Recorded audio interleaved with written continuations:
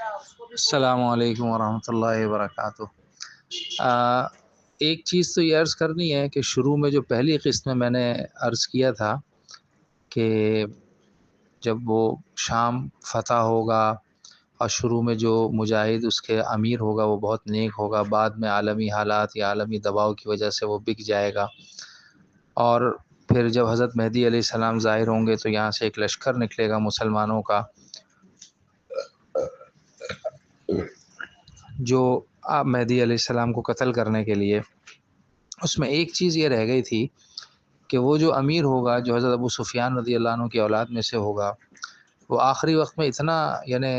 گندی حرکتیں کرے گا کہ جمعے کے دن جمعے کا بیان کرتے ہوئے وہ لڑکی کو اپنی گود میں بٹھائے گا، اور پھر اس پر ایک مسلمان کھڑے ہو کے، یعنی یہ حدیث میں آتے ہیں یہ چیزیں،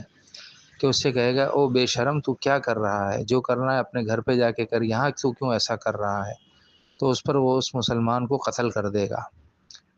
تو ایک چیز یہ عرض کرنی تھی۔ دوسری چیز، الحمدللہ ہمارا ایک حصہ پورا ہوا، اب اگلے حصے میں انشاءاللہ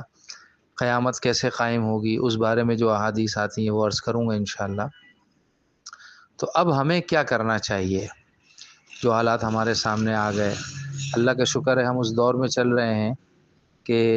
ایک اعتبار سے تو یہ دور بہت برا ہے، لیکن ایک اعتبار سے بہت اچھا بھی ہے کہ اس دور کے فضائل بھی بہت ہیں۔ ایک صحابی آئے کہا یا رسول اللہ خوشخبری طوبی لمن رآک و آمن بک، خوشخبری ہو اس کے لیے جس نے آپ کو دیکھا اور آپ پر ایمان لائے۔ تو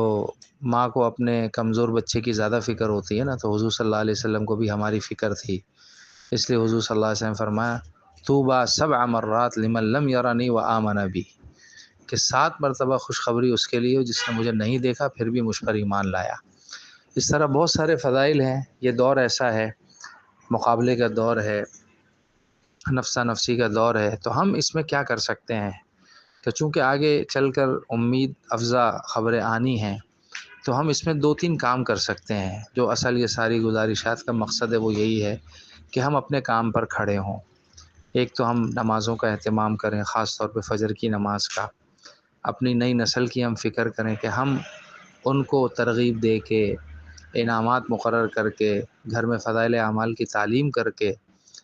ہم جو ہے وہ ان کو نمازوں کے اوپر خصوصی طور پہ اور باقی اعمال کے اوپر، سچ بولنے کے اوپر، امانت داری کرنے کے اوپر،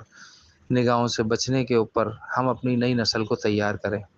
اور اس کے لیے اللہ پاک نے بہت آسان راستہ ہمیں تبلیغ کا دیا ہوا ہے کہ ہم تبلیغی جماعت میں مرد ہوں تو ان کو بھیجیں، عورتیں ہوں تو ان کو بھیجیں، تاکہ جو ہے وہ اس کی تیاری ہم کر سکیں حضرت مہدی علیہ السلام کے ساتھ ملنے کی۔ اور دوسری کام یہ ہے کہ عمومی مسلمانوں پر محنت کرنا، اور آج مسلمان جو پیسے کے پیچھے بھاگ رہا ہے اس پر محنت کر کے اس کو ایمان اور اعمال کی طرف لانا، یہ بھی ہماری ذمہ داری بنتی ہے۔ کیونکہ آپ نے سن لیا حضرت مہدی علیہ السلام کے لشکر میں وہ لوگ بھی ہوں گے جو بھاگ جائیں گے، بھگوڑے ہوں گے، وہ ایسے ہی مسلمان ہوں گے جن کے نظریے الگ ہوں گے اور وہ کافروں کے نظریے سے مرعوب ہوں گے، اور وقتی طور پہ تو آ جائیں گے مسلمانوں کے ساتھ، لیکن بھاگ کر مسلمانوں کی ہمت کو بھی کم کرنے کی کوشش کریں گے۔ تو اس لیے ہمارے پاس آج وقت ہے، محنت ہم کر سکتے ہیں کہ ہم مسلمانوں کی جہاں ہم بیٹھے ہیں وہاں پہ ہم لوگوں کی ذہن سازی کریں، اللہ تعالیٰ کی بڑائی بیان کریں، جنت دوزخ کو بیان کریں، مغیبات کے تذکرے کریں، تاکہ مسلمانوں کے دلوں میں اس کا یقین آئے۔ اور ایک اور کام ہم یہ کر سکتے ہیں کہ ہم ورزش کریں اور اپنے آپ کو جہاد کے لیے تیار کریں، اپنے بچوں کو بھی ورزش پہ لگائیں۔ الحمدللہ ہمارے یہاں پہلے ہی اللہ پاک نے یہ ورزش کا ماحول پیدا کر دیا ہے، ہر کوئی ورزش کر رہا ہے۔ صبح دیکھیں پارکس میں لوگ جو ہے وہ دوڑ لگا رہے ہوتے ہیں، شام میں بھی بہت سارے مرد حضرات جو ہے۔ تو ہم اپنی نیت صحیح کریں کہ ہم یہ جہاد کے لیے کر رہے ہیں، اور ہم اپنے آپ کو بھی فٹ رکھیں کہ کبھی بھی یہ موقع آئے گا تو انشاءاللہ ہم اس کے لیے تیار ہوں گے۔